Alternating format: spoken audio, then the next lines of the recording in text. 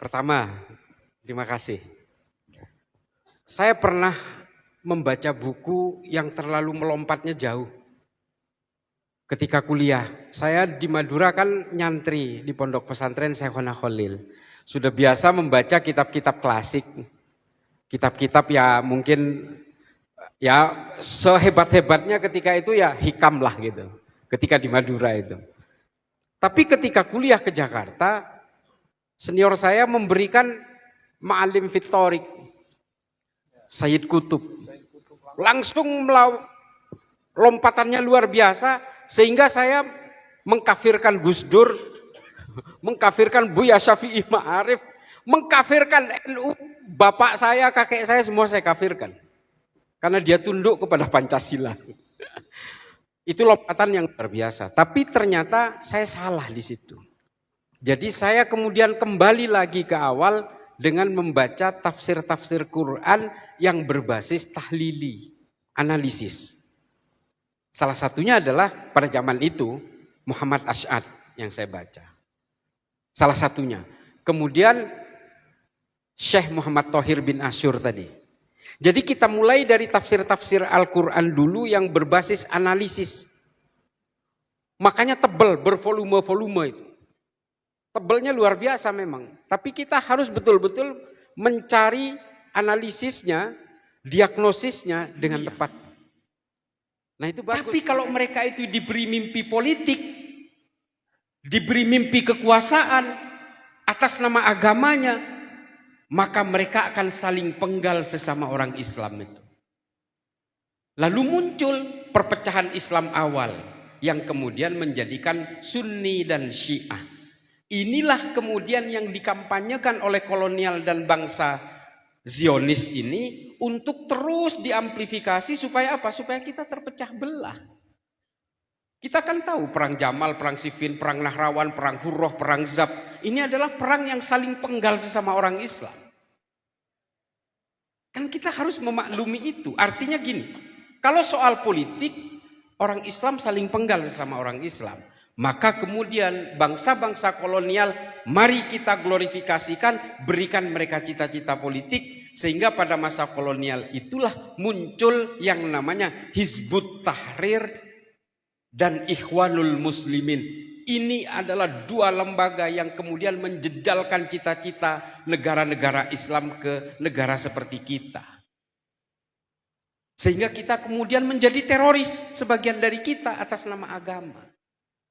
Mereka menganggap kita yang tunduk kepada Pancasila ini, kepada undang-undang buatan manusia ini kemudian dianggap kafir, togut dan darahnya dihalalkan.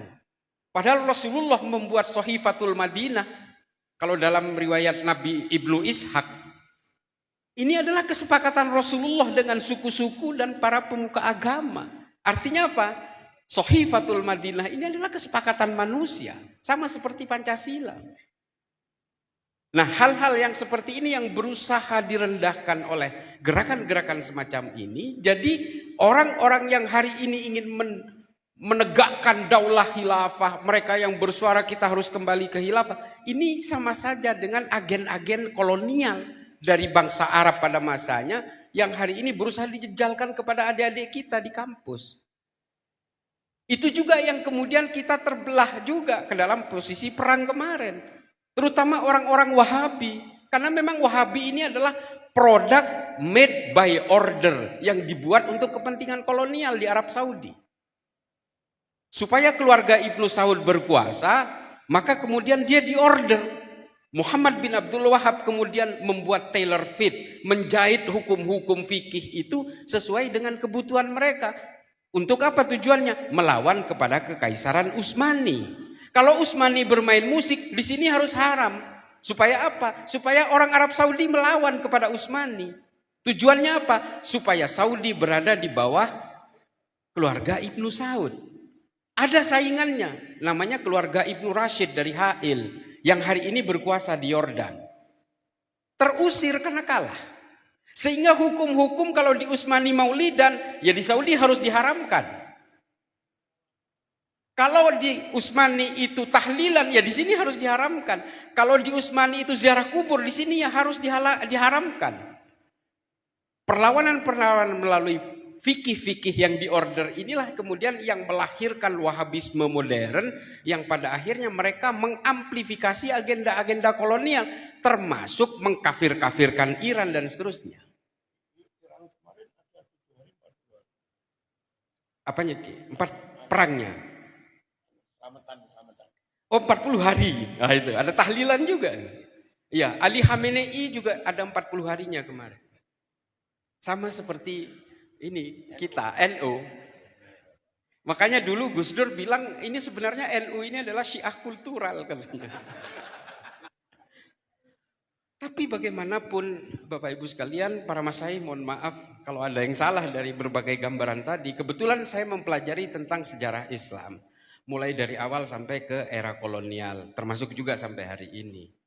Belajar di Zaituna Institute. Jadi berbagai bedah-bedah literatur itu kita lakukan komparasi dan kemudian keluar kesimpulan yang sama. Jadi intinya adalah umat Islam ini memang sengaja dijauhkan dari ilmu pengetahuan. Karena kekhawatiran mereka, kalau umat Islam menguasai ilmu pengetahuan, maka mereka akan menguasai dunia sama seperti yang terjadi di abad ke-10 dan abad 12. Tapi kita kan bisa melihat Iran. Dan kita bisa membandingkan dengan Saudi hari ini. Saya bukan anti Saudi. Kita haji juga ke Mekah dan Madinah. Kita berziarah. Kalau kita rindu kepada Rasulullah, kita juga ke Masjid Nabawi. Tapi pada intinya adalah, kalau kita bandingkan dengan Iran, bangsa Persia ini adalah bangsa yang melahirkan banyak sekali keilmuan. Yang saya sebut tadi, hampir semuanya bangsa Persia, kecuali Jabir ibnu Hayyan dan Al-Kindi. Selebihnya orang Persia. Kata-kata algoritma itu diambil dari nama Al-Khawarizmi dalam versi Inggris, algorithm.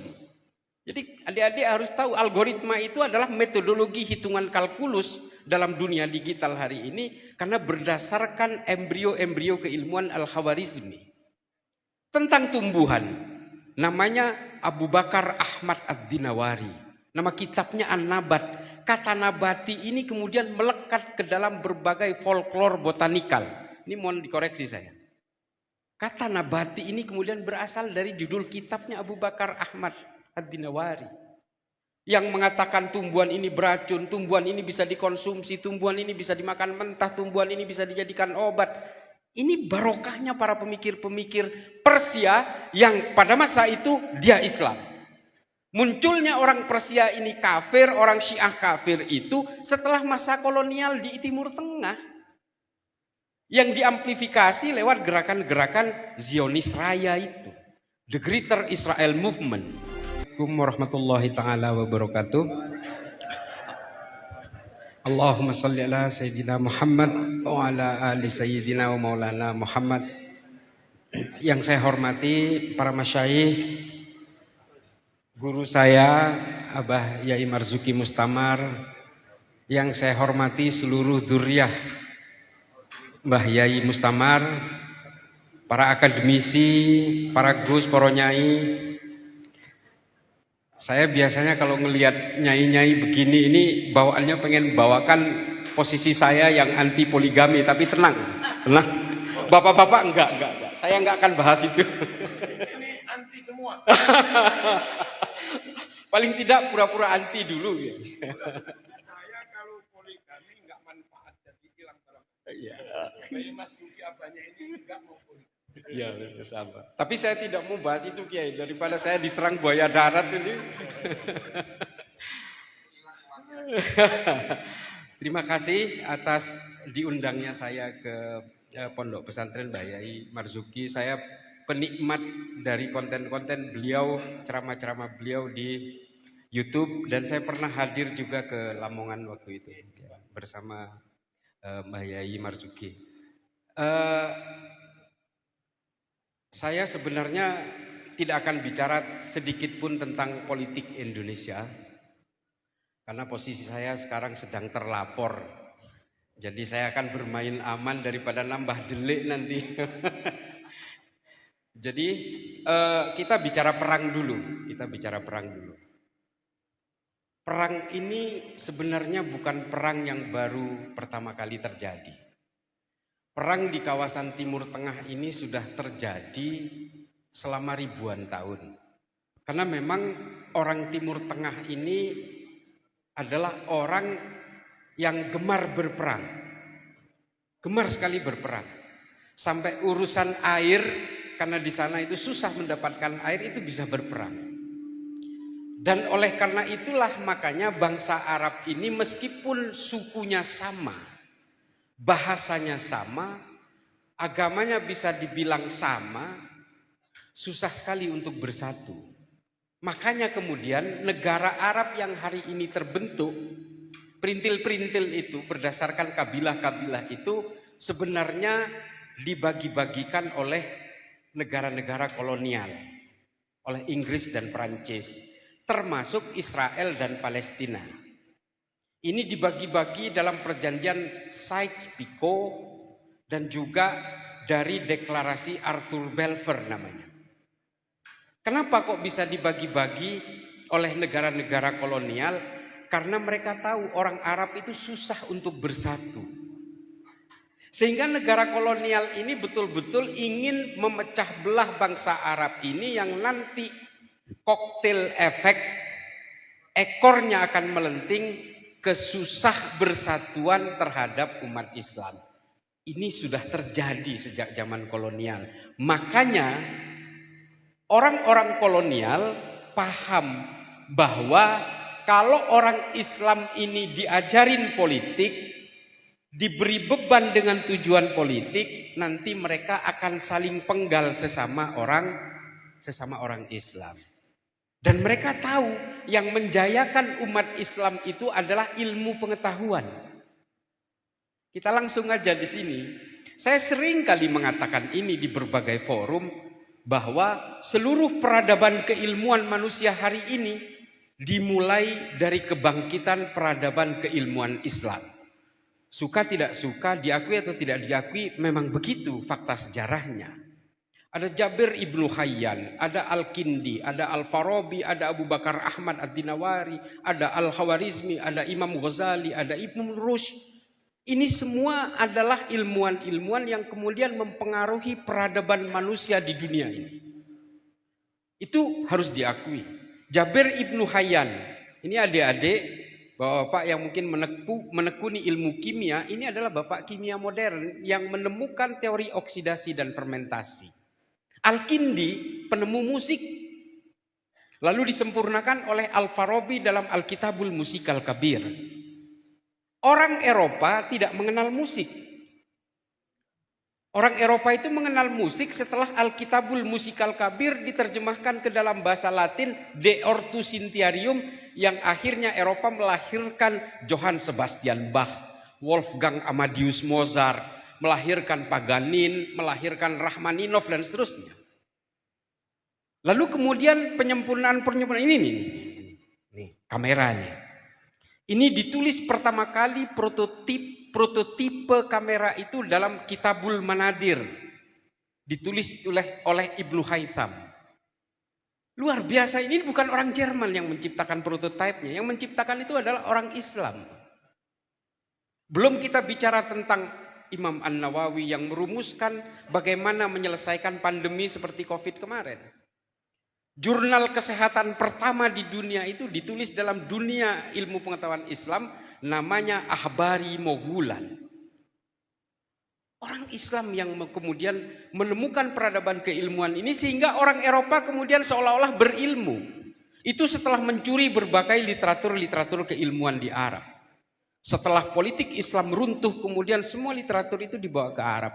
Al-Khawarizmi, ini supaya adik-adik tahu ya. Al-Khawarizmi ini adalah yang menemukan angka 0 dalam matematika. Kalau kita itu tidak ada barokahnya Al-Khawarizmi, yang orang Persia ini, yang orang Iran ini, maka kita tidak akan menemukan bilangan 0 sampai hari ini. Dan kalau kita bicara tentang keilmuan-keilmuan yang lain, Ibnu Batutah, belum kita bicara tentang bagaimana perdebatan-perdebatan keilmuan dalam dunia filsafat, tahafud al-falasifah, tahafud at-tahafud, nanti akan mempengaruhi pemikiran filsafatnya Katolik, namanya Summa Theologica. Tokohnya namanya Santo Thomas Aquinas. Dan kemudian mempengaruhi keilmuan dan filsafatnya orang Protestan yang nanti akan diglorifikasi oleh Immanuel Kant. Ini semua dari Islam semua. Nah, dari sini orang-orang Barat tahu kalau orang Islam itu kembali kepada ilmu pengetahuan, maka mereka akan menguasai dunia. Tapi kalau mereka itu diberi mimpi politik, diberi mimpi kekuasaan atas nama agamanya, maka mereka akan saling penggal sesama orang Islam itu. Lalu muncul perpecahan Islam awal yang kemudian menjadikan Sunni dan Syiah. Inilah kemudian yang dikampanyekan oleh kolonial dan bangsa Zionis ini untuk terus diamplifikasi supaya apa? Supaya kita terpecah belah. Kita kan tahu perang Jamal, perang Siffin, perang Nahrawan, perang Hurrah, perang Zab. Ini adalah perang yang saling penggal sesama orang Islam. Kan kita harus memaklumi itu. Artinya gini, kalau soal politik, orang Islam saling penggal sesama orang Islam. Maka kemudian bangsa-bangsa kolonial, mari kita glorifikasikan, berikan mereka cita-cita politik. Sehingga pada masa kolonial itulah muncul yang namanya Hizbut Tahrir dan Ikhwanul Muslimin. Ini adalah dua lembaga yang kemudian menjejalkan cita-cita negara-negara Islam ke negara seperti kita. Sehingga kita kemudian menjadi teroris, sebagian dari kita atas nama agama. Mereka menganggap kita yang tunduk kepada Pancasila ini, kepada undang-undang buatan manusia ini, kemudian dianggap kafir, togut, dan darahnya dihalalkan. Padahal Rasulullah membuat Sahifatul Madinah. Kalau dalam riwayat Nabi Ibnu Ishaq, ini adalah kesepakatan Rasulullah dengan suku-suku dan para pemuka agama. Artinya apa? Sahifatul Madinah ini adalah kesepakatan manusia, sama seperti Pancasila. Nah, hal-hal yang seperti ini yang berusaha direndahkan oleh gerakan-gerakan semacam ini. Jadi orang-orang yang hari ini ingin menegakkan daulah khilafah, mereka yang bersuara kita harus kembali ke khilafah, ini sama saja dengan agen-agen kolonial dari bangsa Arab pada masanya yang hari ini berusaha dijejalkan kepada adik-adik kita di kampus.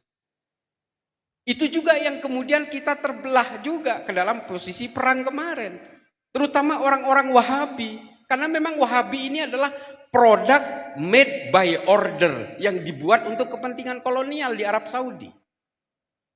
Supaya keluarga Ibnu Saud berkuasa, maka kemudian dia diorder.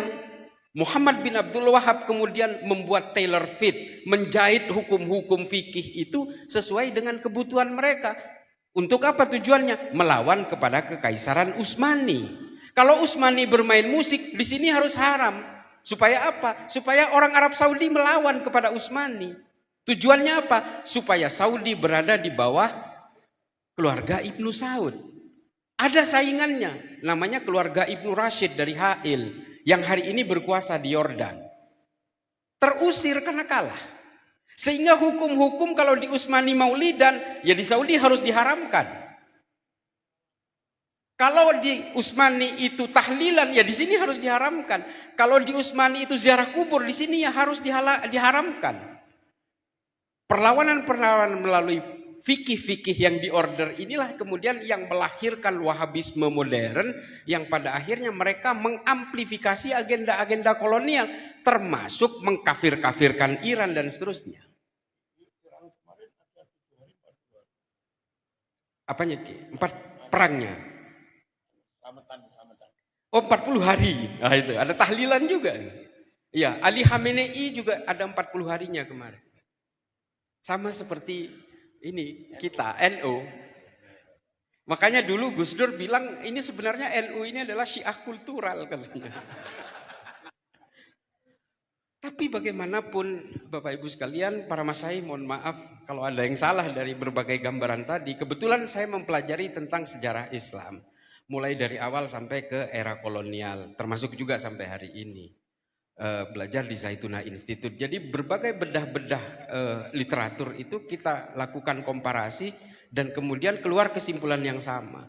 Jadi intinya adalah umat Islam ini memang sengaja dijauhkan dari ilmu pengetahuan karena kekhawatiran mereka Kalau umat Islam menguasai ilmu pengetahuan, maka mereka akan menguasai dunia sama seperti yang terjadi di abad ke-10 dan abad 12. Tapi kita kan bisa melihat Iran. Dan kita bisa membandingkan dengan Saudi hari ini. Saya bukan anti Saudi. Kita haji juga ke Mekah dan Madinah. Kita berziarah. Kalau kita rindu kepada Rasulullah, kita juga ke Masjid Nabawi. Tapi pada intinya adalah, kalau kita bandingkan dengan Iran, bangsa Persia ini adalah bangsa yang melahirkan banyak sekali keilmuan. Yang saya sebut tadi, hampir semuanya bangsa Persia, kecuali Jabir ibnu Hayyan dan Al-Kindi. Selebihnya orang Persia. Kata-kata algoritma itu diambil dari nama Al-Khawarizmi dalam versi Inggris, algorithm.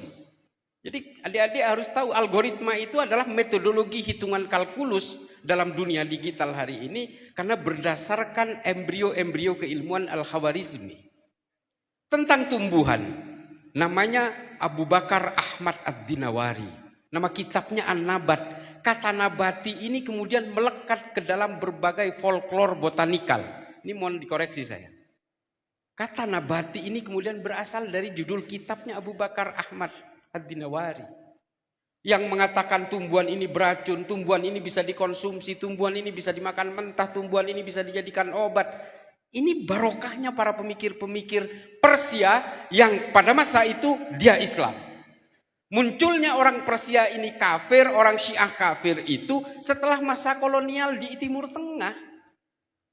Yang diamplifikasi lewat gerakan-gerakan Zionis Raya itu.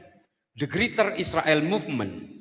Jadi Bapak Ibu sekalian, tidak ada gunanya juga kita mengkafir-kafirkan orang apalagi yang seagama. Yang masih juga naik hajinya sama.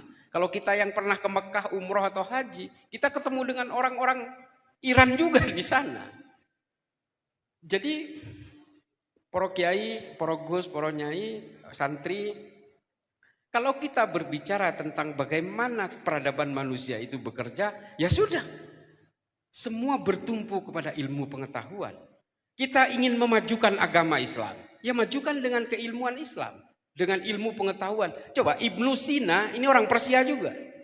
Dia yang menemukan jarak bulan dan matahari dan hitungannya itu presisi sampai hari ini, nggak pakai alat. Anatomi tubuh manusia, bagaimana manusia memakan makanan, kemudian dicerna, melewati feses dan seterusnya, kemudian menjadi kotoran. Ini kan sebenarnya pemikiran-pemikiran sederhana yang mungkin tidak akan dipikirkan orang pada abad itu, pada abad ke-10 itu.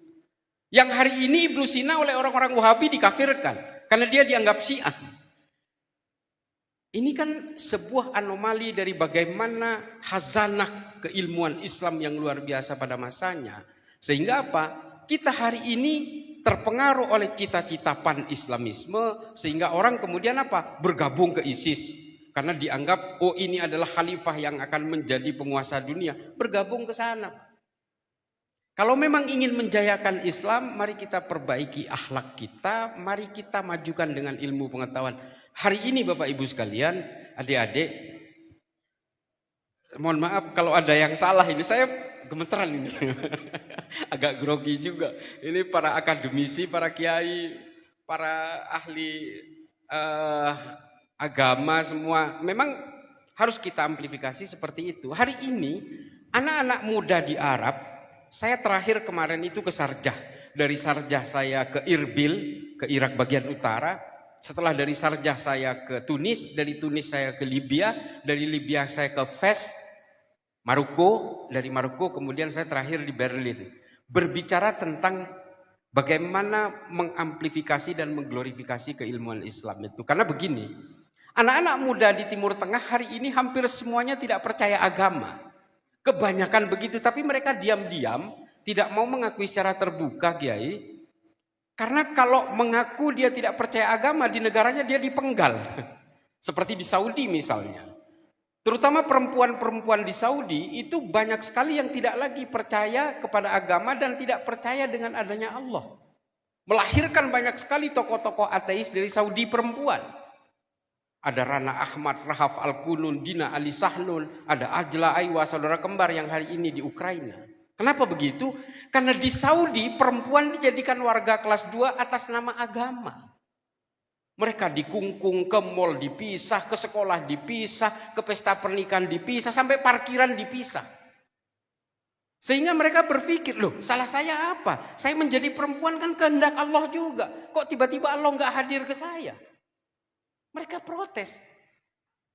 Kalau begitu ini semua jangan-jangan agama ini dibuat oleh kaum laki-laki yang buaya darat ini. Gitu. Masa suami saya kawin lagi, lalu kemudian kalau saya menolak, saya tidak setuju, saya dikatakan akan masuk neraka katanya. Ini Rana Ahmad berkata begitu. Itu Katanya kalau mau masuk surga tanpa kita. itu produk fikihnya buaya darat itu. Jadi pemikiran-pemikiran yang seperti ini, intimidasi dan engineering pembentukan misogini ini atas nama agama, sehingga kemudian orang tidak percaya lagi kepada konsep-konsep ketuhanan, kepada akidah dan seterusnya, kepada tauhid. Nah, ini banyak produknya. Nah, saya melakukan perjalanan itu, melakukan dialog dengan anak-anak muda di sana, dan mereka semua percaya bahwa Tuhan itu nggak ada. Ini kan membuat kita risau. Kita sebenarnya nggak peduli orang itu murtad, mau orang itu musyrik, mau orang itu zindik. Sebenarnya kita tidak peduli juga gitu. Itu kan haknya masing-masing. Tapi kan kita sebagai pemeluk Islam yang kita merasa bahwa Islam ini adalah agama yang paling benar, kan kita harus membenarkan cara berpikirnya mereka. Proses-proses kognitifnya mereka harus kita luruskan tentang konsep ketuhanan. Dan mereka lebih percaya kepada Stephen Hawking namanya. Ini adik-adik udah ada yang baca nggak triloginya Stephen Hawking? Nggak bakal. Saya cerita aja lah. Jadi bukunya Stephen Hawking ini, Bapak Ibu sekalian, adik-adik, The Brief History of Time ini bercerita bahwa alam semesta ini bukan diciptakan oleh Tuhan. Ini diciptakan oleh sebuah teori fisika yang bernama mekanika kuantum.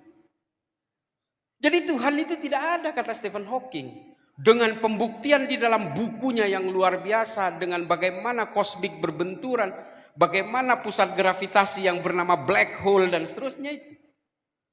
Nah, ini kita hari ini mungkin karena belum baca ini, tapi adik-adik Gen Z, adik-adik yang hari ini masih dalam masa-masa pencarian seperti ini, kalau baca bukunya Stephen Hawking, setengah, bisa jadi akan murtad. Ini kan kekhawatiran kita. Bukunya Stephen Hawking itu membedah secara ilmu pengetahuan dan masuk akal. Bahwa mekanika kuantum itu adalah Tuhan, kata Stephen Hawking. Belum kita bicara tokoh ateis lain yang namanya Richard Dawkins. Richard Dawkins ini neurolog, ahli saraf dari Inggris. Dalam bukunya Angan-angan tentang Tuhan dikatakan bahwa Tuhan itu tidak ada. Tuhannya manusia itu adalah 2 miliar urat saraf yang ada di dalam tubuh manusia. Kalau urat saraf ini jumlahnya kurang ketika lahir, maka anak itu cacat. Kalau manusia dipenggal lehernya sampai putus, pasti dia mati meskipun kata Tuhanmu bisa jadi hidup. Kata Richard Dawkins. Kenapa? Leher ini adalah penghubung urat saraf dari otak ke sensor motorik. Jadi kalau sebagian dari leher ini dipenggal, mati dia. Jadi Tuhannya manusia itu urat saraf. Yang memberi kehidupan kepada manusia, urat saraf. Yang memberi manusia itu menjadi normal dan tidak normal, jumlah urat saraf. Ada yang bisa ngelawan nggak? Kalau nggak pakai ilmu ya nggak bisa. Nanya, yang membuat urat saraf. Pasti akan kita, ketika kita pertanyakan itu kepada Richard Dawkins, pasti karena dia bisa membuktikan bahwa urat saraf itu terbentuk secara proses biologi mikro dan proses biologi makro. Dia terbentuk dengan sendirinya. Dan itu dijawab Kiai di dalam buku itu. Dan semua itu adalah proses-proses natural yang terjadi secara biologis. Mulai dari pembuahan dan seterusnya. Ya namanya juga orang udah gak percaya kepada Allah kan gitu. Pasti dia sudah mempersiapkan semua, termasuk Stephen Hawking. Nah Bapak Ibu sekalian, kalau kita tidak kembali kepada ilmu pengetahuan, kita tidak akan pernah bisa menjawab berbagai pemberontakan-pemberontakan seperti ini yang bisa mengateiskan generasi muda Islam di seluruh dunia hari ini. Tapi kan sebenarnya kita bisa. Contoh, dan ironis, saya temukan sebuah buku tafsir Al-Quran di Berlin.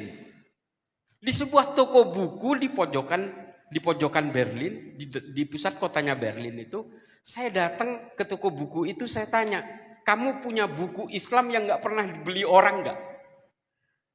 Ini cerita benar, saya nggak ngarang, karena saya mengalami sendiri. Lalu kemudian penjaga toko buku itu bilang, ada. Saya punya terjemahan bahasa Inggris.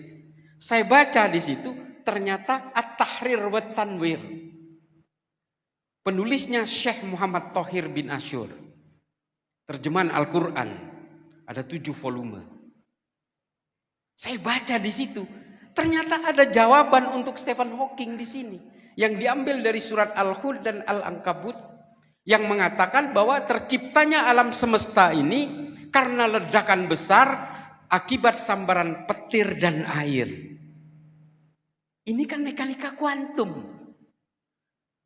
Cuma bedanya Stephen Hawking nggak percaya kepada Allah, Syekh Muhammad Thohir bin Asyur percaya kepada Allah. Ini yang disebut teori itu oleh Syekh Muhammad Thohir bin Asyur sebagai al-ittisal wal infisal, penyatuan dan kemudian pemecahan. Ini mekanika kuantum sekali, ini teori fisika sekali. Ada yang paham? Nggak ada, karena nggak mau baca. Nah, ini yang kemudian saya hantarkan kemana-mana, termasuk di Tunis kemarin, tempo hari, tentang konsep-konsep terciptanya alam semesta, termasuk urat saraf dan seterusnya ini, cukup dengan berbekal dari proses tahlilinya Syekh Muhammad Thohir bin Asyur. Kita kering dengan ilmu pengetahuan, karena apa? Yang kita impikan hari ini adalah kita harus mengislamkan seluruh orang Indonesia. Nggak bisa begitu. Kalau kita ingin membuat orang terkesan dengan agama kita, ya tunjukkan dengan akhlak dan ilmu pengetahuan. Yaitu adalah 2 konsep besar itu, akhlakul karimah dan rahmatan lil alamin. Nah, ini adalah peradaban manusia itu, yang sudah betul-betul ditanamkan oleh Rasulullah kepada kita.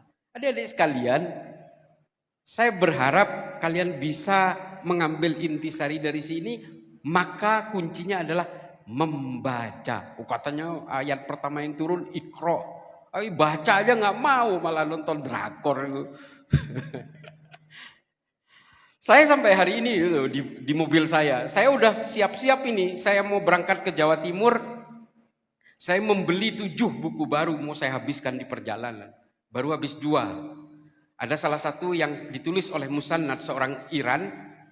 Nanti saya dituduh Syiah lagi, enggak. Yang dia penulisnya 2 orang, satu orang Iran, yang satu namanya von Stoch.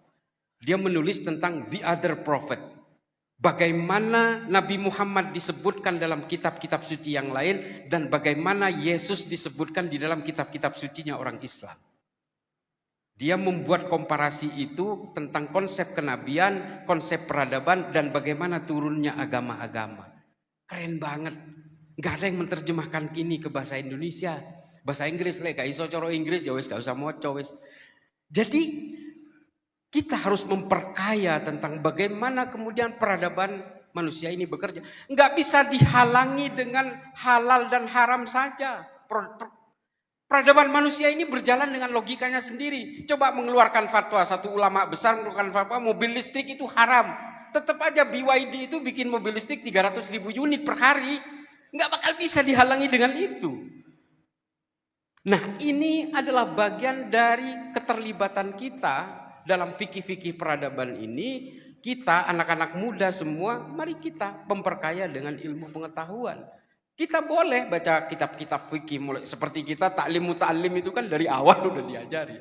Habis itu sulam, taufik, sulamuddiniyah dan seterusnya. Sulam safina kata orang Madura. Ya kita belajar ajurumiyah, kita nahus sorob, sama kita semua. Tapi jangan lupa kita juga harus memperkaya dengan bacaan-bacaan yang ditulis oleh orang lain. Termasuk orang yang membenci Islam, yang membenci Tuhan, yang membenci Allah. Termasuk buku-bukunya yang ditulis orang-orang yang membenci Nabi Muhammad. Baca supaya kita bisa tahu alam berpikirnya mereka. Pencetus ateis pertama di dalam Islam itu namanya Abul A'la al-Ma'arri. Pernah ada yang dengar nggak? Kiai pastilah. Saya bukan nanya kiai udah. Kiai guru saya wes pokoknya. Dia menulis Risalatul Ghufron. Di Risalatul Ghufron dijelaskan Muhammad itu pembual. Dia membuat kitab suci itu karena diarahkan oleh orang-orang pintar yang jauh lebih pintar dari Muhammad. Kata Abul A'la Al-Ma'arri. Sakit kita mendengar, tapi kan kita harus baca. Supaya kita tahu cara berpikirnya mereka. Belum kita bicara tentang literatur yang ditulis oleh Abu Bakar Razi, Ibnu Muqaffa. Ini kan adalah pemikiran-pemikiran orang yang kemudian lepas dari konsep-konsep akidahnya. Jadi kalau kita ingin memperkaya, mempertebal tauhid kita, akidah kita, ya kita harus bisa melakukan perbandingan-perbandingan seperti itu. Mohon maaf Bu Nyai kalau ada yang salah itu. Tapi bagaimanapun ilmu pengetahuan itu sangat penting untuk mempertebal keimanan dan untuk memperkaya empati kemanusiaan. Saya terus terang mendukung Iran bukan karena dia Syiah, bukan karena dia itu imamah, bukan karena dia dianggap representasi gerakan Islam, bukan. Paling tidak dia melawan terhadap aksi-aksi perlawanan kemanusiaannya Israel terhadap Gaza. Kita bicara kemanusiaan dulu. Karena al-insaniyah qabla tadayyun. Sebelum kamu mengenal agamamu, ya kamu kenal dulu kemanusiaan. Kan harus begitu. Jadi kalau kita ingin melawan Israel, kita kembalikan kepada kemanusiaan. Ini orang-orang Kristen juga banyak yang mendukung Israel. Padahal pengkhianatnya Yesus, Yudas Iskariot itu ya orang Israel. Oh enggak, mic-nya nyala meskipun lampunya mati. Cuma saya agak pesimis kalau lampunya mati, Kiai. Saya akan kelihatan jauh lebih gelap. Ini resikonya jadi orang Madura, Bu. Saya kalau boleh protes kepada Allah, kenapa saya nggak dilahirkan di Manado gitu, supaya glowing gitu. Gelap itu ada yang menyala. Hitamnya orang Madura menyala. menyala abangku. Jadi mari kita kembalikan semuanya kepada kemanusiaan. Dan saya salut kepada Iran.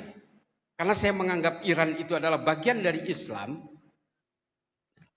Ternyata dia menciptakan peluru kendali, meskipun ini alat perang.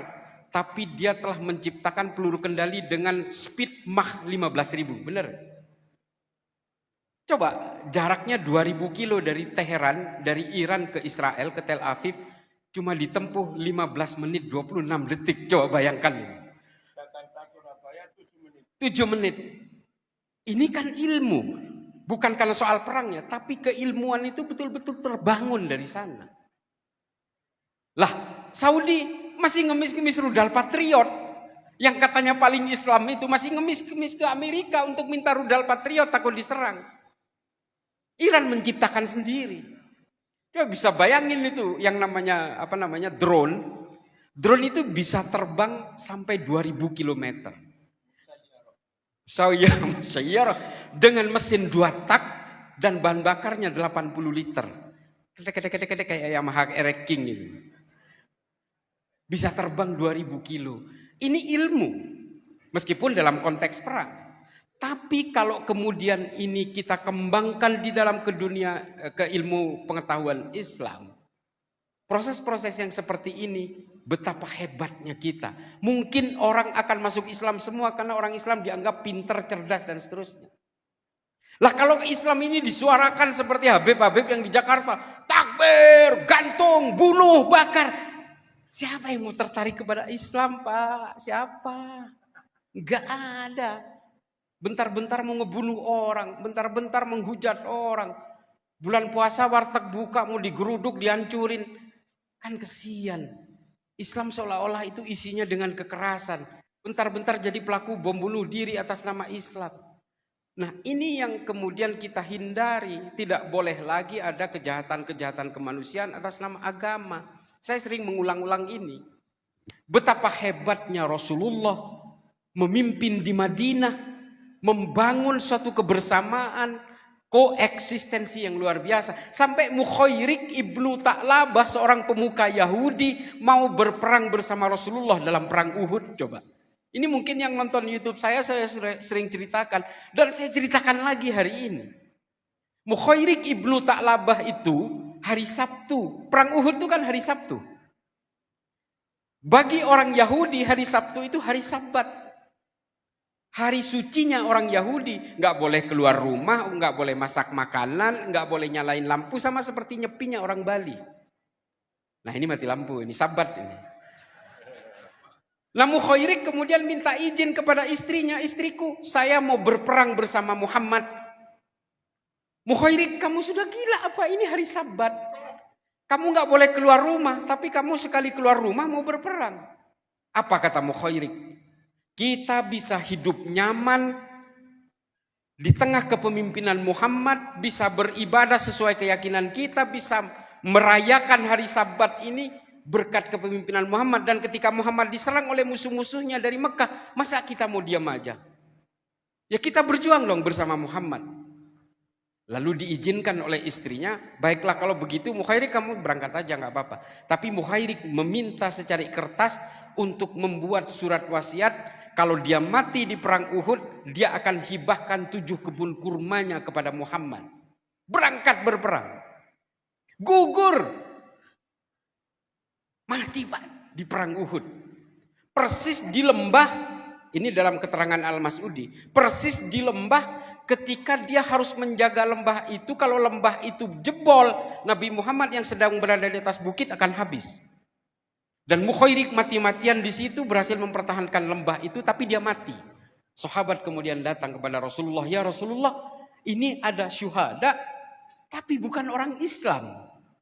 Kami bingung cara memakamkannya. Lalu apa kata Rasulullah? Kalian gak usah bingung. Makamkan jenazahnya Mukhairik itu sesuai dengan keyakinannya. Berikan kepada keluarganya. Urusan Mukhairik mau masuk surga atau masuk neraka, biarlah Allah yang memutuskan. Lalu ada sebuah perkataan yang ditashih oleh Imam Muslim sebagai sahih, bahwa Mukhairik adalah sebaik-baiknya orang Yahudi. Ini hadis. Asbabul wurudnya kisah tadi. Sehingga apa? Ketika diserahkan jenazah itu kepada keluarganya, istrinya menyerahkan surat wasiat itu, lalu kebun kurma itu diserahkan kepada Rasulullah, Rasulullah menjualnya, dan hasil penjualan 7 kebun kurma ini oleh Rasulullah dibuat sebagai modal awal pertama pembuatan Baitul Mal untuk menyantuni janda-janda korban perang dan anak yatim. Jadi Baitul Mal pertama yang dibuat Rasulullah itu dimodali wong Yahudi. Mosok Jos Soros. Lah, kalau kita berbicara tentang konsep seperti ini, saya belakangan ini diserang, Pak. Karena dari cerita ini sebenarnya ada 3 gambaran saya. Betapa hebatnya Sohifatul Madinah. Perjanjian Rasulullah dengan suku-suku dan pemeluk agama-agama di Madinah. Yang kedua, Felix Xiao sering mengatakan bahwa tidak ada cinta kepada tanah air dan nasionalisme itu tidak ada dalilnya dalam Islam. Lah ini dalilnya. Yang ketiga adalah artinya apa? Orang tergantung perjuangan dan akhlaknya. Bahkan Rasulullah pun menyerahkan kepada Allah orang itu akan masuk surga atau masuk neraka. Padahal dia bukan orang Islam. Kalau Rasulullah itu menganggap bahwa orang yang masuk surga itu harus orang Islam, maka sejak saat itu Rasulullah pasti gak apa-apa, makamkan sesuai keyakinan mereka, dia akan masuk neraka juga. Kan pasti begitu. Nah, kemarin ada podcast saya dengan Andini Effendi. Saya mengatakan bahwa untuk masuk surga, meskipun surga dan neraka itu bukan penghakiman manusia, itu wilayahnya Allah. Saya mengatakan bisa jadi tidak harus Islam. Diserang Pak saya. Kalau yang menyerang narasi seperti ini, berarti sama dengan Wahabi yang percaya bahwa orang tuanya Rasulullah akan masuk neraka karena bukan orang Islam. Dan itu diyakini oleh orang Wahabi. Abdullah dan Aminah masuk neraka. Kata Wahabi. Ada hadisnya loh, jangan salah. Dan ditashih oleh Imam Muslim. Indeks nomor 203. Ya Rasulullah, aina abi, kata sahabat. Rasulullah menjawab, finnar. Coba, inna abi wa abaka finnar. Bapakmu dan bapakku masuk neraka. Dan ini dipegang oleh orang Wahabi. Kita kan gak rela kalau orang tuanya Rasulullah masuk neraka, Bu. Lalu apa pandangan kita tentang ini? Kesepakatan ulama-ulama Ahlus Sunnah wal Jamaah menetapkan bahwa ada konsep yang namanya Ahlul Fatrah. Apa Ahlul Fatrah ini? Orang-orang yang berada dalam masa kekosongan, mulai dari zamannya Nabi Isa ke zamannya Nabi Muhammad, ada kekosongan kerasulan. Ini yang disebut dengan Ahlul Fatrah. Dan menurut ulama-ulama masyhur Ahlus Sunnah wal Jamaah, orang-orang yang berada dalam masa Ahlul Fatrah ini bisa jadi sesuai dengan akhlak dan perjuangannya terhadap manusia, dia bisa masuk surga. Saya berpegangan ke situ. Sehingga saya meyakini bahwa orang tuanya Rasulullah masuk surga. Coba, meskipun ada hadisnya, tapi saya lawan dengan konsep Ahlul Fatrah ini. Karena mereka kan gak ada yang tahu. Ini kan masa kekosongan 700 tahun. Ini jawaban klarifikasi saya terhadap konsep itu. Yang kedua adalah ada kisah juga. Ada ustadz guru ngaji di Lembang, di Bandung Barat. Menghamili 9 santrinya. 2022 kejadian, sekarang lagi di penjara. Masa kita mau satu sorga dengan dia karena dia Islam? Akhlaknya udah jelas-jelas bejat seperti ini. Lalu kita bandingkan, saya di dalam podcast itu menggambarkan Thomas Alva Edison yang menciptakan lampu ini loh. Ini bukan orang Islam loh. Tapi dia menerangi Masjidil Haram, menerangi masjid, menerangi orang ngaji, menerangi daurah-daurah, menerangi pengajian, menerangi alam bumi ini sampai hari ini. Bisa jadi dia tidak kenal Islam. Dia berdiri dengan keyakinannya sebagai orang Kristen. Adilkah kita kalau dia kemudian kita pastikan masuk neraka? Memang Allah semua yang akan memutuskan. Tapi berkahnya Thomas Alva Edison ini kan, ini menerangi orang wudhu, orang sholat. Sampai sekarang orang ngaji juga kalau nggak ada lampunya kan gimana? Belum kita bicara penemu pesawat terbang. Gila, ke Mekah 9 jam. Dulu kakek saya ke Mekah itu naik haji, naik kapal laut itu 9 bulan. Coba, Oliver and Wilbur Wright brothers, bersaudara yang menemukan pesawat. Ini kita tidak berbicara tentang keimanan, tapi bagaimana peradaban manusia berempati terhadap kemanusiaan. Khairun nas anfa'uhum linnas. Agak berapi-api saya. Karena bagaimanapun Pak, manusia penghormatannya itu diukur dari akhlaknya. Mau Habibnya, tapi akhlaknya bejat, ya bajingan aja. Saya sering ngomong begitu. Tapi petani, akhlaknya bagus, ilmunya luar biasa. Ya Allah, saya cium bolak-balik. Karena akhlak. Enggak ada. Rasulullah itu memang hanya menanamkan itu. Jadi Bapak Ibu sekalian, ada satu tulisan, mungkin ini adalah bagian akhir-akhir ya. Selain ilmu pengetahuan, kemudian akhlak yang bisa memajukan Islam ini. Politik. Terpaksa saya ngomong politik meskipun tidak mau ngomong politik Indonesia.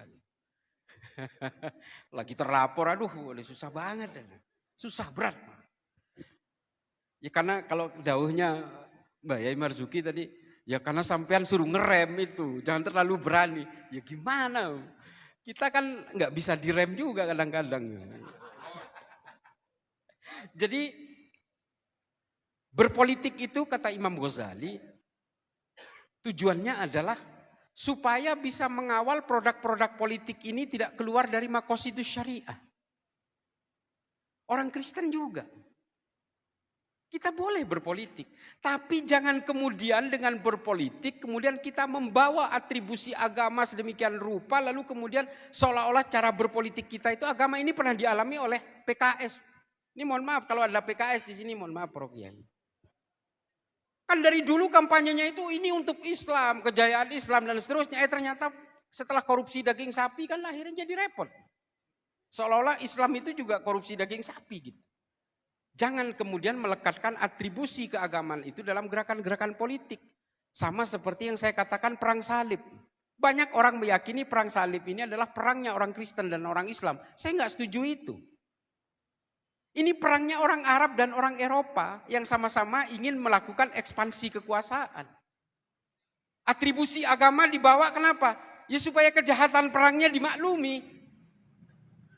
Supaya kejahatannya terlihat terhormat. Sama seperti teroris. Allahu Akbar, meledakkan diri, blang. Membunuh orang lain. Supaya apa? Supaya kejahatannya terlihat terhormat. Padahal membunuh orang. Nah, ini yang kita tidak inginkan, bahwa berpolitik itu kemudian membawa atribusi agama. Muhammad Al-Fatih menaklukkan Konstantinopel, menjayakan Islam. Enggak, yang menjayakan Islam itu ilmu pengetahuan. Konstantinopel itu ditaklukkan oleh Utsmani untuk ekspansi kekuasaan politik. Jangan anggap ini kemajuan Islam, enggak. Kemajuan Islam itu adalah akhlak dan ilmu pengetahuan. Selesai di situ. Politik untuk mengawal supaya produk politik tidak merugikan umat Islam. Orang Kristen juga pasti punya keinginan yang sama. Bapak Ibu sekalian, para masyayikh, mohon maaf kalau ada yang salah.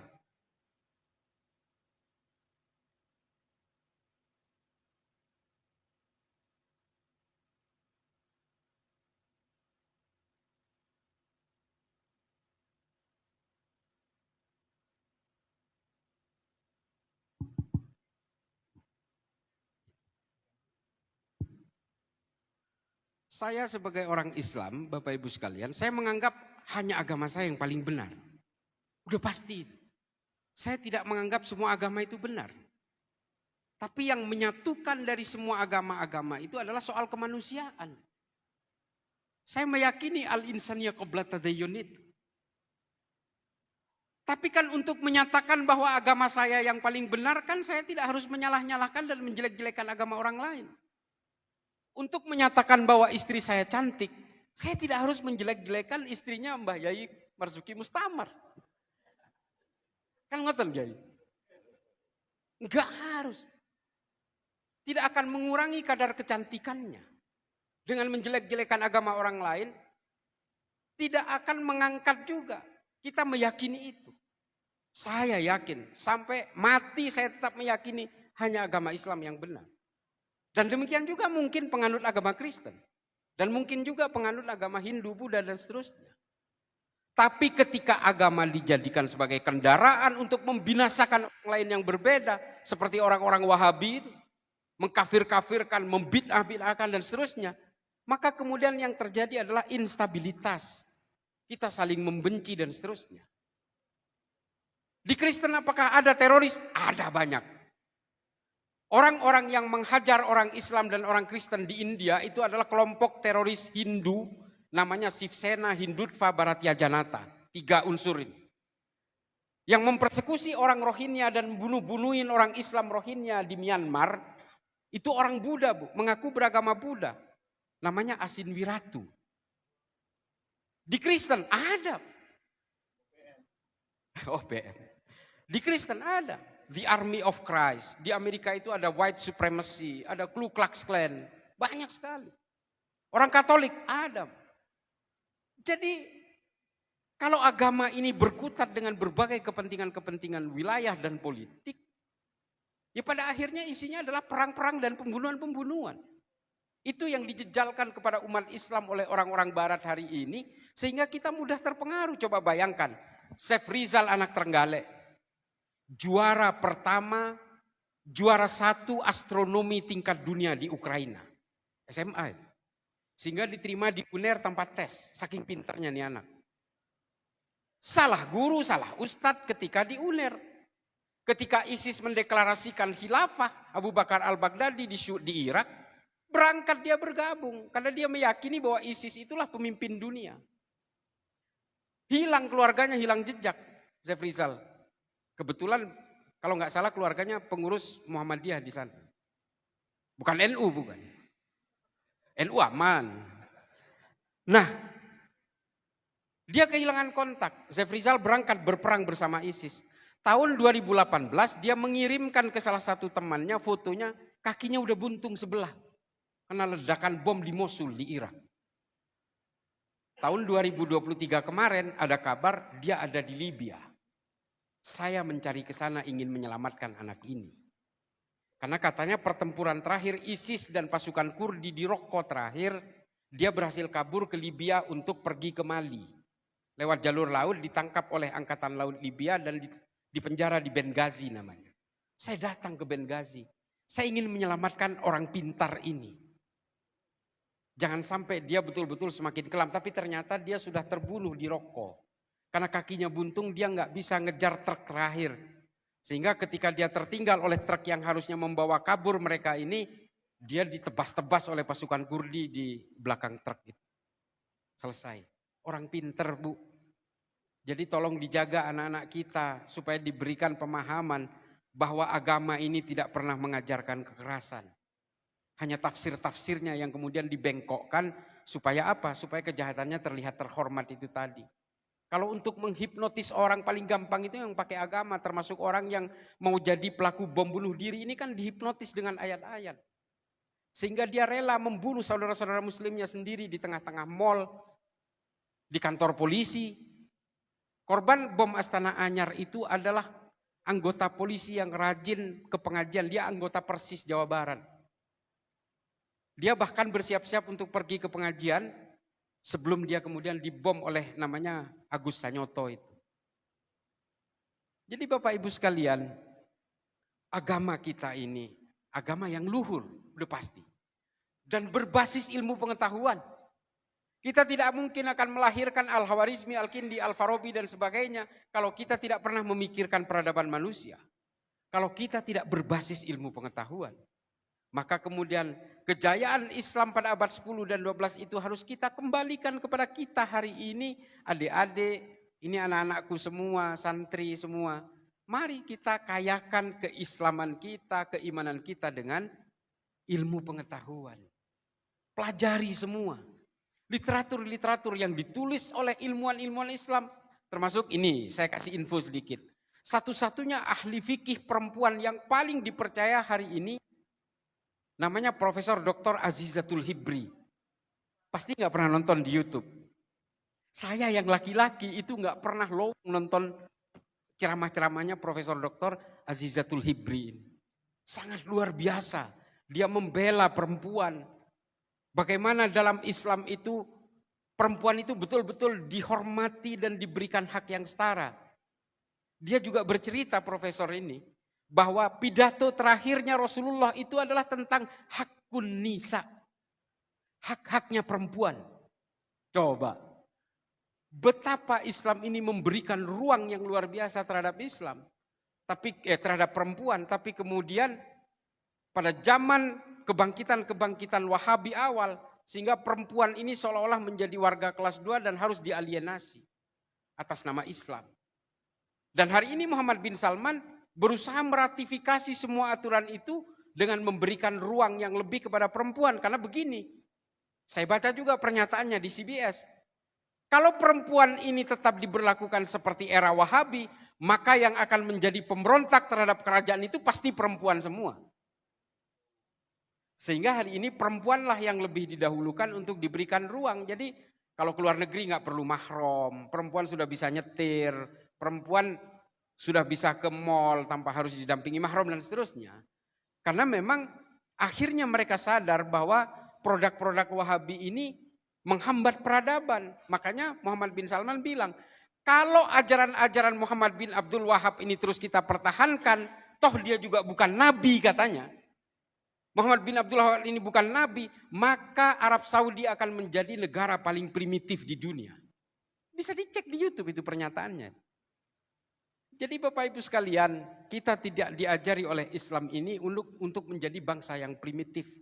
Kita harus punya competitiveness yang tinggi. Supaya kita betul-betul berakselerasi dalam peradaban manusia ini, tapi tetap tanpa harus meninggalkan keimanan Islam. Kiai, saya harus geser ke Pasuruan karena malam ini. Boleh, kalau ada pertanyaan boleh. Tapi saya juga bergesernya nanti mungkin setelah jamaah asar. saya kembali ke hotel, lalu kemudian geser ke Pasuruan karena besok di Pasuruan ada Universitas Yudharta dan satu lagi apa gitu? Iya, Kiai Soleh ya. Nah setelah itu baru geser ke Magetan terus ke Jawa Tengah. Dan mohon maaf saya ketularan beliau agak berapi-api gitu. Dan nggak bisa ngelucu karena kalau saya melucu itu hanya bisa kalau bahasa Madura, Bu. Bahasa Indonesia ini susah ngelucunya. Saya kira itu saja, mudah-mudahan ini bisa menjadi maslahat. Kurang lebihnya mohon maaf para kiai. Saya takutnya suul adab terus sama kiai soal ini. Mudah-mudahan ini bisa menjadi manfaat. Wah udah langsung unjuk tangan ya. Ya habis ini kita tanya jawab mungkin kiai. Nggih, monggo. Monggo Dr. Hamim.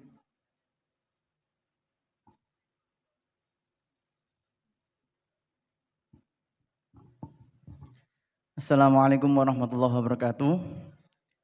Matur suwun, matur sekalangkong. Gus, yang kami tanyakan, kami itu santri, terutama santrinya Abah Yai, santri Pondok Gasek, itu sangat selain mengagumi beliau juga mengagumi jenengan. Karena keluasan ilmu, nah bagi kami rekomendasi buku yang bisa kami baca untuk bisa mengikuti jejak panjenengan.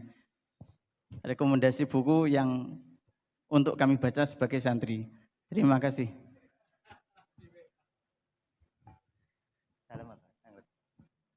Nggih. Matur suwun, ngapunten apa Cak Islah.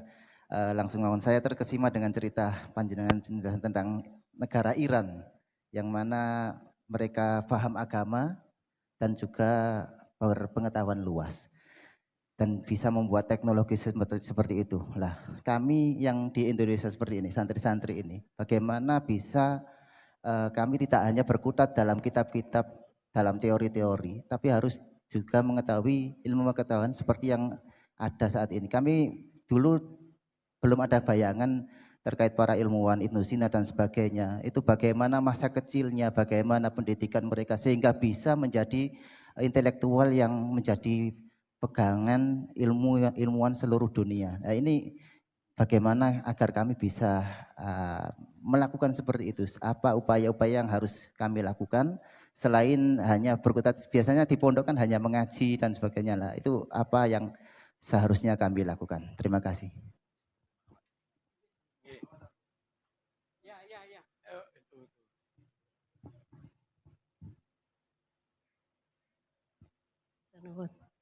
Assalamualaikum warahmatullahi wabarakatuh. Saya mengamati juga sering mendengarkan, melihat YouTube-nya. Mumpung di sini yang membahas masalah Wahabi ya, Yai Marzuki ya sering saya mendengarkan masalah keterangan-keterangan Wahabi. Yang saya tanyakan, mau nggak mau Wahabi itu di Indonesia berkembang. Bahkan saya kecolongan teman saya yang dulu neneknya, keluarganya semuanya orang NU. Tapi gara-gara dia pindah tugas di Jakarta, dia istrinya polisi, sak polisi juga itu ikut Wahabi. Dan di dalam grup itu mempengaruhi teman-teman saya untuk yang namanya sadranan ziarah kubur, bukan bid'ah lagi, syirik. Itu sebagian teman itu ada yang goyah, selamatan yang mau Ramadan. Saya di situ mempertahankan alasan argumen, saya keluarkan argumen, tapi dianggap teman-teman itu bertengkar. Lah yang cuma saya tanyakan, saya bergerak di lapangan untuk yang seperti ini gimana Gus? Terus apalagi saya juga aktif di organisasi yang baru saja berkembang, yang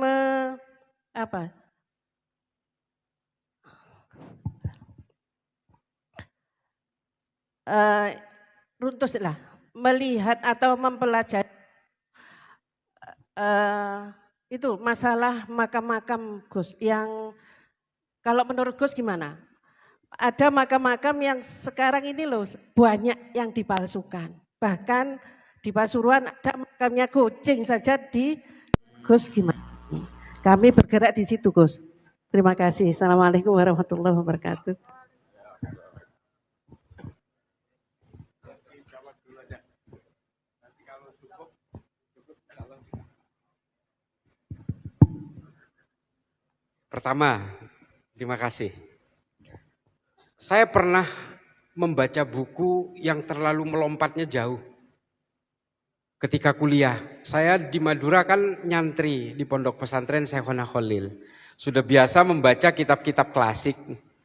Kitab-kitab ya mungkin ya sehebat-hebatnya ketika itu ya hikam lah gitu. Ketika di Madura itu. Tapi ketika kuliah ke Jakarta, senior saya memberikan Ma'alim Fitorik, Sayyid Kutub. Langsung lompatannya luar biasa, sehingga saya mengkafirkan Gus Dur, mengkafirkan Buya Syafi'i Ma'arif, mengkafirkan NU, bapak saya, kakek saya, semua saya kafirkan. Karena dia tunduk kepada Pancasila. Itu lompatan yang luar biasa. Tapi ternyata saya salah di situ. Jadi saya kemudian kembali lagi ke awal dengan membaca tafsir-tafsir Quran yang berbasis tahlili, analisis. Salah satunya adalah pada zaman itu Muhammad Asy'ad yang saya baca. Salah satunya. Kemudian Syekh Muhammad Thohir bin Asyur tadi. Jadi kita mulai dari tafsir-tafsir Al-Quran dulu yang berbasis analisis. Makanya tebal, bervolume-volume itu. Tebalnya luar biasa memang. Tapi kita harus betul-betul mencari analisisnya, diagnosisnya dengan tepat. Nah itu bagus. Makanya Syekh Muhammad Thohir bin Asyur ini, At-Tahrir wa Tanwir ini juga pada akhirnya dijadikan bagian dari literatur dasar dari tafsir Al-Misbah. Quraish Shihab. Itu sebenarnya hampir semuanya didominasi oleh At-Tahrir wa Tanwir. Karena tahlilinya luar biasa analisisnya. Nah dari situ baru kita bisa memahami tentang konsep-konsep tafsir. Nah ini nanti jawabannya ke Ibu soal ini, soal tafsir ini. Nah itu yang menurut saya harus dibaca lebih awal dulu. Baru kemudian berkembang, ujungnya nanti filsafat. Jangan filsafat dulu, nanti sampai jadi ateis. Saya belajar filsafat itu di terakhir. Hanya untuk memperkuat nilai-nilai keimanan. Dari logika dasar berpikir dan proses kognitif namanya. Baru nanti saya belajar tentang Foucault, tentang Rousseau dan seterusnya. Bicara tentang filsafatnya Marx itu udah enteng semua. Baca buku Das Kapital nggak ngaruh. Baca Zarathustranya Nietzsche udah nggak ngaruh. Kenapa? Kita sudah baca Ihya Ulumuddin, kita sudah baca Hikam, kita sudah baca Tahafud Al-Falasifah, kita sudah baca Tahafud At-Tahafud. Jadi kita udah punya modal dasar untuk bisa menggambarkan bagaimana keilmuan yang betul-betul memegang tauhid dan akidah itu. Aman jadinya. Kalau tidak, kita bisa jadi kebablasan. Jadi begitu sih kalau saya. Yang kedua, ya termasuk kalau saya sih konsepnya membaca. Karena saya membaca sejak kecil. Saya sebelum sekolah SD udah bisa baca tulis. Dan saya udah bisa baca Quran sebelum SD. Jadi masih umur 5 tahun saya udah bisa baca tulis. Sehingga saya udah hobi baca gitu. Udah hobi baca. Sampai bungkus-bungkus biskuit, bungkusnya minuman. Ini saya tahu jadi PT Siantar Top itu pabriknya di mana. PT Ongko Wijoyo itu di mana. PT Bentul Malang gitu. Jadi saya udah tahu semua karena apapun saya baca. Nah sejak saat itu ketertarikan membaca itu sudah bukan lagi sebuah ketertarikan. Sudah kebutuhan. Saya lebih baik membaca daripada makan. Itu penyakit buat saya. Jadi kalau nelpon saya jangan jam 7 pagi. Saya pasti tidur. Kalau mau nelpon saya jam 1. Karena saya tidurnya habis subuh. Karena dari jam 12 sampai subuh itu saya baca. Pasti baca. 2.000-2.500 halaman per bulan. Apa enggak mumet? Tapi ini bukan buat gaya-gayaan. Ini kebutuhan sudah. Karena kalau saya enggak baca, enggak bisa tidur. Dan badan saya gemuk. Kalau enggak tinggal tulang. Jadi kalau mau diet ya nggak usah baca. Tapi ini nggak bisa memang. Ini yang mendampingi saya dari Jakarta tahu. Saya sepanjang perjalanan itu ya baca. Buku saya numpuk di mobil ini. Jadi itu yang bisa menurut saya keilmuan-keilmuan di dalam Islam ini memang harus diperkaya dengan literatur. Nggak bisa kita hanya nonton daurah, nonton kajian segala macam. Kalau kemudian kita sendiri tidak berusaha mencari. Saya dulu pernah menjadi Wahabi. Satu tempo Kiai, saya datang ke Gus Dur di Cempaka Putih Barat, ke rumahnya beliau. Beliau tanya, kamu Islah dari mana? Saya dari Madura, Gus. Oh, berarti kamu NU. Itu kamu jadi Islam, jadi NU karena kamu lahir di Madura. Orang tua kamu kan udah Islam kan? Iya. Kalau kamu lahir di Bali, kamu itu Hindu katanya. Makanya kamu nggak usah menghakimi orang dari ini. Karena semua agama yang dipeluk manusia hari ini itu tergantung dari takdir kelahirannya katanya. Kita ini kan semua mewarisi agama orang tua kita. Kecuali nanti baru dapat hidayah atau dapat pembelajaran, baru dia pindah agama katanya. Jadi nggak usah gaya-gayaan. Mentang-mentang kamu Islam seolah-olah yang lain itu kafir semua, kata Gus Dur waktu itu. Dari situ kemudian saya berpikir, wah ini luar biasa ini. Nah saya cari tahu. Gurunya Gus Dur ini siapa? Oh ternyata banyak dipengaruhi oleh pemikirannya Fazlur Rahman. Ini saya semester 2 kuliah. Dari situ saya mencari buku-bukunya Fazlur Rahman. Fazlur Rahman catatan kakinya apa? Indeksnya apa? Kemudian dia cari. Banyak sekali tulisan-tulisan di situ termasuk dari pemikiran-pemikirannya berbagai pemikir Renaissance segala macam. Saya cari buku-bukunya, literaturnya. Sampai akhirnya saya ketemu dengan Abul A'la Al-Ma'arri itu di situ. Risalatul Ghufron, konsep-konsep intuisi dari Muhammad Iqbal. Kemudian saya cari, dari situ pikiran saya terbuka. Oh ternyata, nah ini jawaban untuk ibu. Soal tafsir-tafsir ini tidak boleh kemudian kita anggap yang paling benar. Orang-orang yang terpapar Wahabi karena meyakini bahwa itulah yang paling benar dan sumber kebenaran dan satu-satunya kebenaran. Sehingga dia merasa eksklusif dan dia tidak mau terhadap perbedaan. Orang seperti kita ketika dia meyakini bahwa ziarah kubur itu haram, kita yang berziarah kubur kemudian dihakimi bid'ah dan cenderung dikafirkan. Hakimiyah dan takfiriyah ini muncul ketika kita menjadi manusia yang paling. Nah ini Ibnu Rus nih. Penyakitnya manusia itu adalah merasa paling. Paling pinter, paling kaya, paling alim. Oh ini penyakit sedoyo nih. Ini semuanya penyakit kata Ibnu Rus. Nah, merasa paling ini penyakitnya orang Wahabi karena dia merasa paling benar.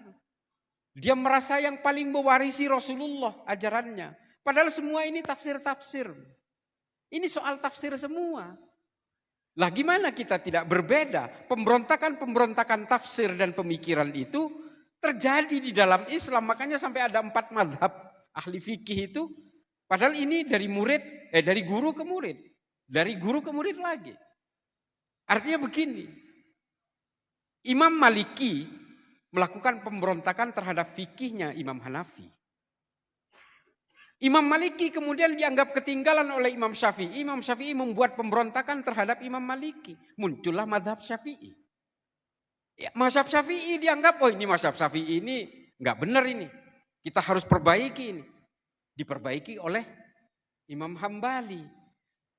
Ini kan pemberontakan-pemberontakan pemikiran sesuai dengan zamannya. Ada satu hal yang kadang-kadang tidak dipahami oleh teman-teman Wahabi ini. Saudara-saudara kita yang Wahabi Salafi ini. Bahwa di dalam Islam itu tafsir-tafsir tidak bisa dihindari. Ada thawabit, ada mutaghayyirat. Ruang perdebatan tafsir ada di mutaghayyirat. Thawabit nggak bisa dirubah. Sholat 5 waktu, mau dirubah gimana ini thawabit? Tapi ruang mutaghayyiratnya di mana? Di jamak takhirnya, di jamak takdimnya, ada di kosornya, ada di soal jaraknya. Yang bisa dijamak itu 60 kilo, 70 kilo, 100 kilo. Ini ruang mutaghayyirat yang tidak bisa dihindari. Nah teman-teman Wahabi menganggap semua yang diyakini dia itu thawabit semua. Sehingga ketika orang masuk ke wilayah mutaghayyirat dianggap kafir, menyimpang, tercemar dan seterusnya. Itu Bu. Ini pengertian kalau membedah cara berpikirnya orang-orang Wahabi Salafi itu. Ruang mutaghayyirat tidak bisa dihindari, sesama NU aja kadang-kadang berbeda, makanya ada batul masail. Jadi ruang-ruang thawabit dan mutaghayyirat itu harus betul-betul kita berdayaan. Kenapa? Islam ini agama terakhir, maka Islam itu harus fleksibel, harus lentur. Dulu menyerahkan fikihnya, nih hukum fikihnya. Menyerahkan anak saya untuk dinikahkan, itu harus bertatap muka, ini kata fikihnya. Jadi kalau lewat telepon nggak boleh Bu. Saya ingin menikahkan anak saya lewat wali hakim, lalu menyerahkan ke wali hakim lewat telepon, itu nggak boleh.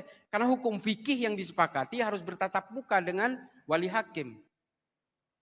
Waktu itu, tiba-tiba ada video call Bu.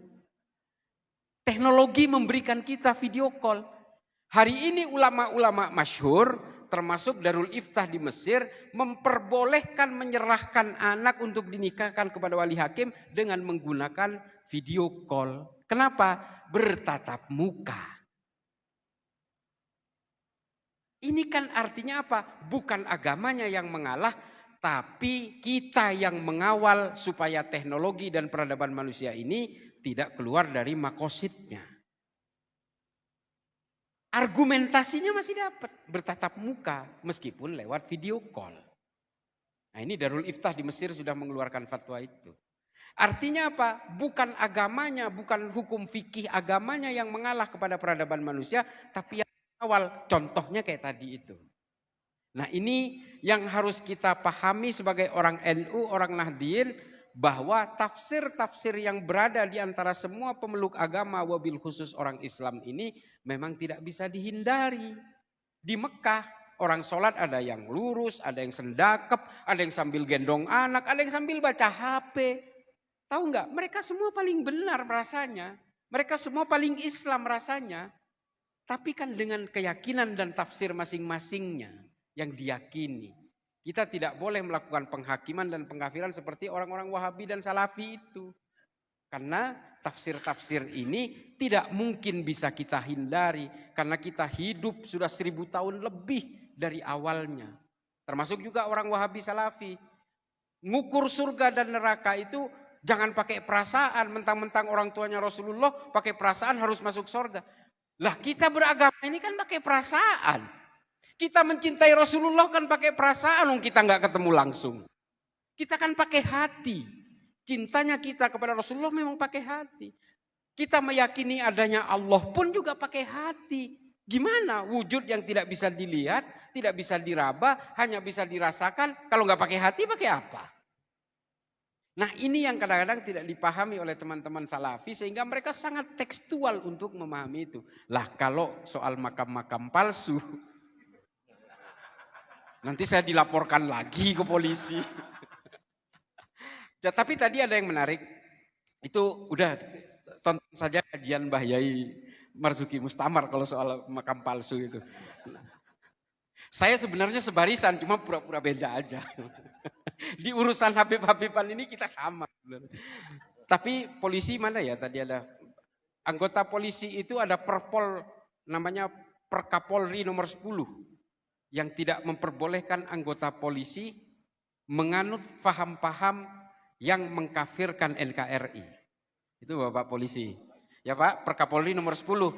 Itu perjuangan saya loh Pak, Perkapolri itu. Jadi tolong dipantau anak buahnya.